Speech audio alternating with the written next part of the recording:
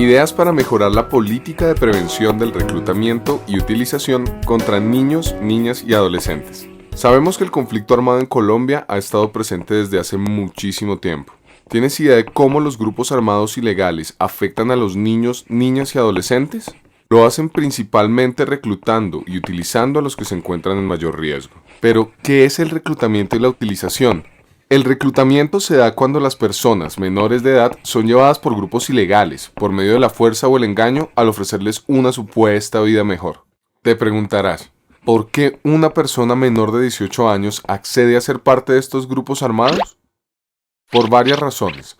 Por ejemplo, por maltrato familiar, abuso sexual, falta de oportunidades, pobreza, deseos de venganza, al estar acostumbrados a la guerra, por conseguir dinero de manera fácil y rápida o trabajo infantil. Pero todas están relacionadas con que no se les han respetado sus derechos y viven en ambientes de violencia. La utilización se presenta cuando los niños y las niñas son obligados por los delincuentes a participar en sus actividades ilegales.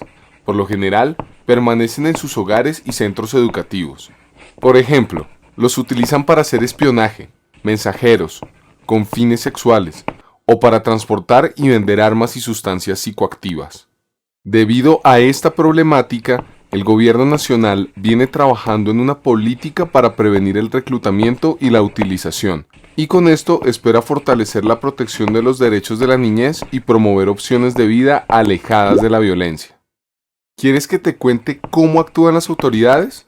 Presta atención. Resulta que en la política se establecieron 3 rutas de prevención según el tipo de riesgo que se presente y son las siguientes.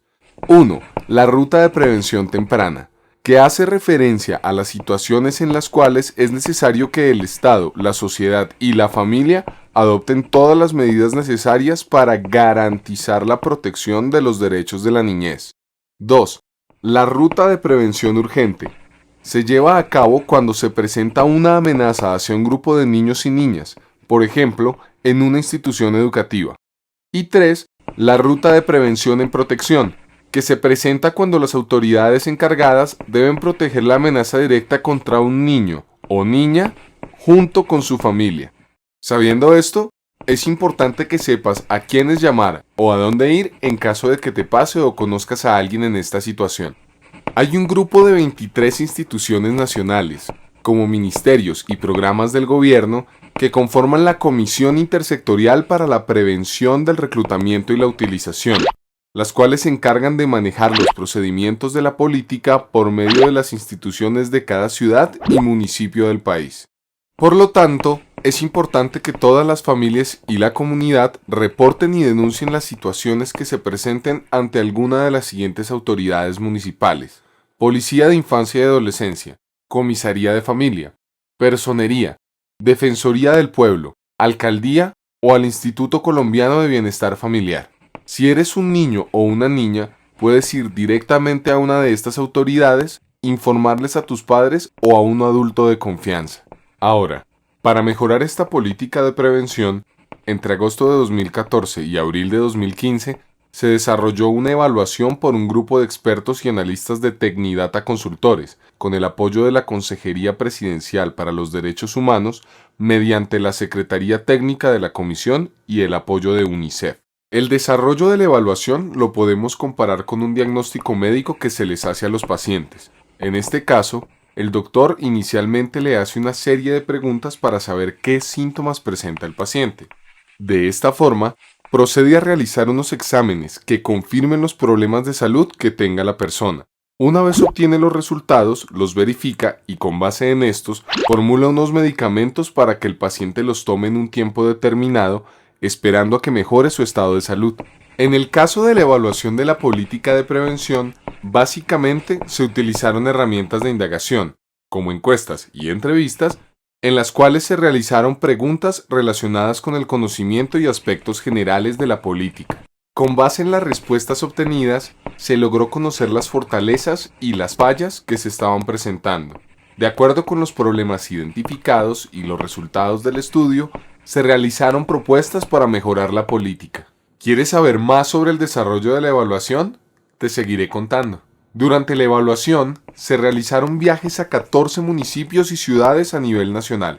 En esos lugares se aplicaron 1.214 encuestas a niños, niñas y adolescentes, 30 entrevistas a funcionarios de instituciones municipales y de la comisión, 2 grupos focales, que son como una entrevista que se hace con varias personas al tiempo, uno dirigido a funcionarios de la comisión y el otro con adolescentes de una institución educativa en Soacha. Por último, 10 cuestionarios realizados a personas expertas en el tema. Para lo anterior, se tuvieron en cuenta 7 estrategias institucionales de las muchas que hay. Son las siguientes: Golombiao, Cupo Sena, Nuevos modelos flexibles, Música para la reconciliación, Generaciones con bienestar, Mambrú no va a la guerra y Basta, aquí soy libre. Pasemos a las conclusiones más importantes identificadas en la evaluación. Desde la perspectiva de los diferentes indagados, la política de prevención está bien constituida en su marco estratégico y conceptual, en sus objetivos y el planteamiento teórico en general. Ahora el reto es el fortalecimiento de su operación. A continuación se nombran los retos que tendrá la política. Primero, se presentaron dificultades de las 7 estrategias o programas de prevención para conocer cuáles son sus beneficiarios. 2. No se reflejaron diferencias notables entre los beneficiarios y los que no son beneficiarios de las estrategias. 3. Para reducir el número de casos de reclutamiento, se debe incrementar el número de programas institucionales en los municipios, teniendo en cuenta que estén coordinados. 4. Se notó debilidad en el manejo de la política por parte de las instituciones encargadas. 5. Las rutas de prevención no son una herramienta suficiente para garantizar el buen funcionamiento de la política. 6. La Comisión presenta debilidad para garantizar que la política funcione de manera adecuada en los territorios a través de las rutas de prevención. De acuerdo con estos resultados, finalizaremos con la propuesta de mejoramiento de la política.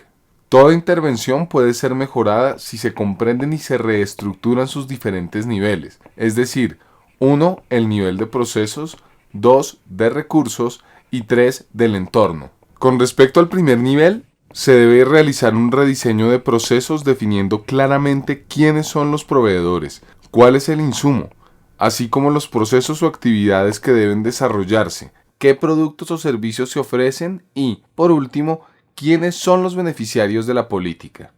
Al definir los roles, deben quedar asociados a cargos y no exclusivamente a instituciones. Estos diseños deben contemplar la prevención desde las autoridades nacionales hacia las municipales. Para cada proceso es necesario definir un gerente que se encargará de implementar y controlar su ejecución en todos los casos. Diseñados los procesos, pasemos al nivel de recursos. En este caso se construirán los mapas de ruta del beneficiario, en los cuales se identificarán de manera clara los puntos de contacto a los que acceden los beneficiarios. Además, se asignará un gerente general de la política que trabajará con un equipo interdisciplinario para garantizar el cumplimiento de los objetivos. También se realizarán simulacros, en los cuales se evaluarán los tiempos y las condiciones de respuesta de las instituciones y con base en los resultados se realizarán los ajustes necesarios. En general, se sugiere que la política se ajuste al desarrollo conceptual de la gestión del riesgo de desastres. Desde este punto de vista, la intervención y el proceso de focalización deben estructurarse con base en la definición de mapas locales de riesgo.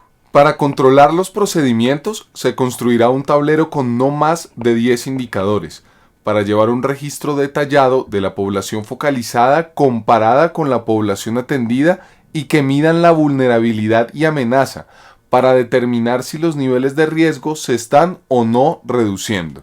Con respecto al nivel del entorno, se definirán unas herramientas de capacitación estandarizadas para que todas las personas puedan saber qué deben hacer al ingresar a un nuevo cargo. Estas herramientas serán controladas por el gerente general y por su equipo de apoyo para mejorar la relación de las instituciones con las personas menores de edad y sus familias beneficiarias. Finalmente, el gerente general y su equipo serán supervisados por la comisión intersectorial y apoyados por un conjunto de subgerentes, para garantizar la implementación y correcta operación de cada uno de los procesos de la política y el logro de los resultados esperados. De esta manera, todos podemos ayudar a prevenir que nuestros niños, niñas y adolescentes sean reclutados y utilizados por los distintos grupos armados.